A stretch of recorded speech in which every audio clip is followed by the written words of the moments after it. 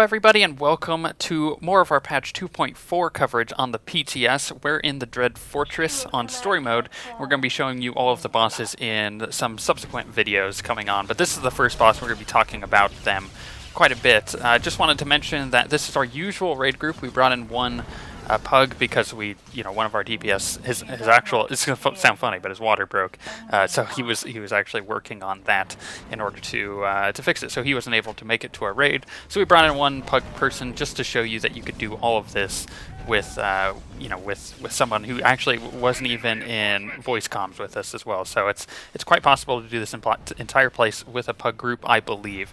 So this is our first time seeing this boss ever. We've never seen it. We've never heard anything about it. We just pulled, we winged it. This is what we like to do. We like to wing things. So we will pull a boss and we'll figure it out as we go. In this case, we one-shot it, but what we were kind of learning here is the boss hits incredibly hard, as you can probably see when it does end up hitting me. So right off the bat, we noticed that it had a really slow movement speed. So between me and my other tank, we just said, let's kite the sucker. Let's just taunt it back and forth and kite it. There was a debuff going out that I'm pretty sure was being cleansed, and as you see the ad there, would do that little red circle on the ground.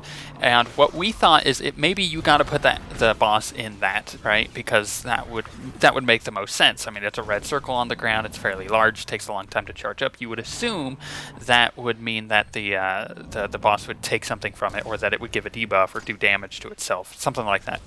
Well, from what we could tell, we kept trying to do it, but it didn't really seem to have a huge amount of an effect. So I guess technically you could just tank and spank this, just put the boss, with your back against the wall if you really wanted to, and just tank it, but you're going to be taking a lot of damage. So I mean, you can kind of come up with your own strategy here. We don't really know what the boss still does. It wasn't very obvious to us. It was fairly cryptic. So when we go back in again, we'll obviously figure more out about it. However, at this point in time, our current strategy is just to kite it back and forth. And this is story mode, so we don't know what the hard mode mechanics are. Maybe the hard mode mechanic does require you to put the boss in that circle, which is a possibility. But like I said, we were trying to just get it back and forth in there and see if it did anything.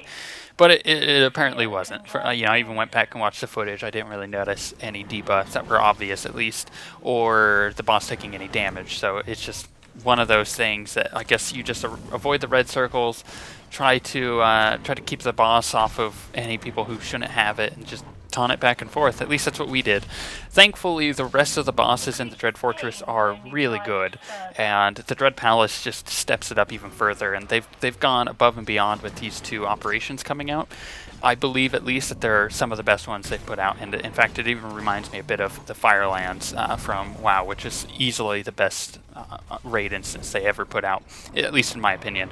But on that note, we'll be back with more patch 2.4 coverage with the rest of the bosses, and we'll see you guys next time.